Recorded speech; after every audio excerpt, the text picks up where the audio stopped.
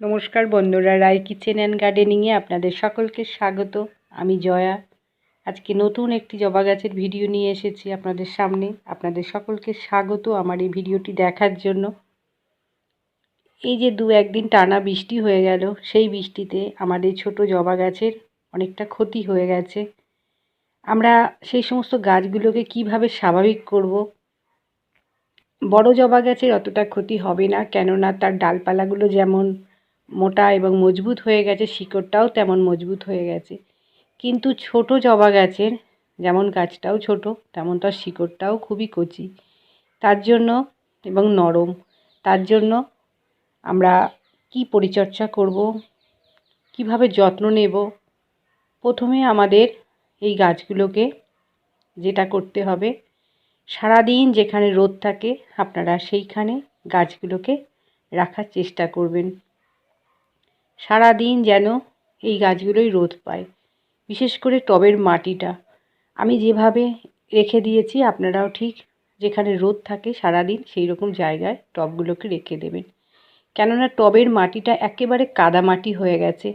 আমরা এই সমস্ত মাটিকে একেবারে ঝুরঝুরে মাটিতেই গাছ বসিয়েছিলাম, কিন্তু সেই সমস্ত মাটিগুলো একেবারে কাদা মাটি হয়ে গেছে।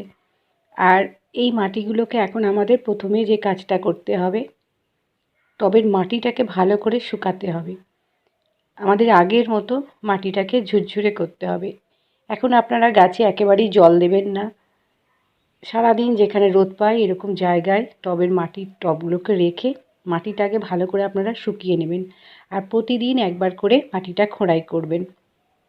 তাহলে যে নিচের মাটি সেটা উপরে আসবে এবং উপরের মাটিটা নিচে যাবে। তাতে মাটিটা খুব তাড়াতাড়ি ঝুরঝুরে হয়ে যাবে। আর যে তরল সার সেটা আমরা এখন একেবারেই দেব না। যদিও আপনারা করে রেখেছিলেন হয়তো বৃষ্টির আগে, বুঝতে পারেননি বৃষ্টি হয়ে গেছে, কিন্তু এখন আপনারা কোনো রকমেই ছোট চারা জবা গাছে একেবারেই তরল সার দেবেন না। তাহলে গাছের শিকড়ে যে কোনো মুহূর্তে কিন্তু ফাঙ্গাস ধরে যেতে পারে। তার জন্য আমি এখানে যে খাবারগুলো রেখেছি, এই সমস্ত খাবার দিয়ে গাছগুলোকে একটু স্বাভাবিক রাখবো। গাছকে তো খাবার দিতেই হবে।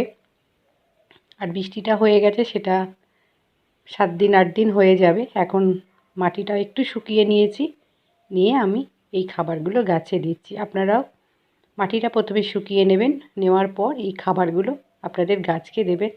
আপনাদের গাছগুলো সুস্থ এবং স্বাভাবিক থাকবে। আমি এখানে প্রথমেই রেখেছি সরিষার খোল, হাড় গুঁড়ো, লাল পটাশ এবং হলুদ। এই 4টি জিনিস আমি এখন সার গাছে প্রয়োগ করব। এখন ছোট গাছ এবং এই যে বৃষ্টির পর খুব বেশি খাবারও গাছে দেওয়া যাবে না। খুব কম খাবারে গাছগুলোকে আমরা ভালো রাখার চেষ্টা করব। আমি পরিমাণে 1 চামচ করে সমস্ত খাবারগুলো গাছে দিচ্ছি। আপনারাও ঠিক এইভাবেই গাছে দেবেন। আপনাদের গাছ অনুযায়ী, আপনাদের গাছ যদি আমার গাছের থেকেও ছোট থাকে তাহলে পরিমাণটা আরও কমিয়ে দেবেন। আমাদের সবসময় মেপে গাছে খাবার দিতে হবে, বিশেষ করে ছোট জবা গাছে। তাহলে কিন্তু আমরা গাছগুলোকে আমাদের সাথে বহুদিন আমরা বাঁচিয়ে রাখতে পারবো এবং খুব দ্রুত বড় করতে পারবো, ঝাড় করতে পারবো। খাবার সবসময় গাছকে মেপে দিতে হবে পরিমাণটা, তাহলেই আপনার গাছটাকে আপনি বছরের পর বছর বাঁচিয়ে রাখতে পারবেন। এই সমস্ত খাবারগুলো দিয়ে মাটিটা একটু ঢাকা দিয়ে রেখে দেবেন। এখন কোনো জল দেওয়ার কোনো প্রয়োজন নেই। টবের মাটিটা যখন দেখবেন ভালোভাবে শুকিয়ে গেছে, হাত দিয়ে আপনারা তখন একটু হালকা স্নান করিয়ে দেবেন গাছে। শিকড়টা ভালোভাবে শুকাতে হবে গাছে, তাহলেই আপনার গাছ থেকে এইভাবে আপনারা ফুল পাবেন। আজকের মতো আমার এই ভিডিওটি শেষ করছি। আর এই ভিডিওটি যদি ভালো লাগে অবশ্যই একটা লাইক, সাবস্ক্রাইব আর কমেন্ট করবেন। আজকের মতো নমস্কার।